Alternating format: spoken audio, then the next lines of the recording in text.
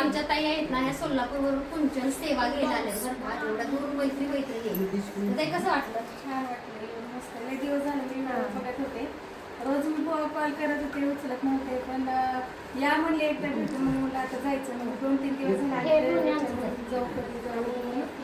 काल अचानक रात्री म्हणले की आज जावंच लागते आपल्याला, जावंच लागते. रात्री तर ठरवलं की आपल्याला आज जायचंय सकाळी, म्हणून मग आज आलो भेटायला. ताई नाही म्हणलं, मग ते मला बोलवलं ताईला. मग आम्ही थोडं बसलो, छान वाटलं.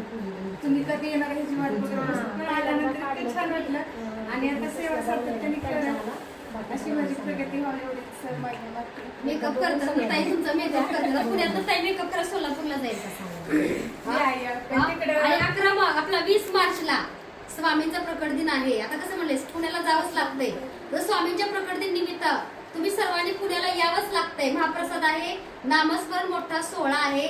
2000 महाभक्तांचा आपल्याकडे सोहळा आपण नियोजन आयोजित केलाय, तर सर्वांना यावंच लागतंय 20 मार्चला. आणि 3 ते 9 असा टाइम आहे आपला. तुम्ही पण यावं लागतंय. आता कशी म्हणजे पुण्याला जावंच लागतंय ताईकडं, तेव्हा बघा तुम्ही सुद्धा ही सेवा करा.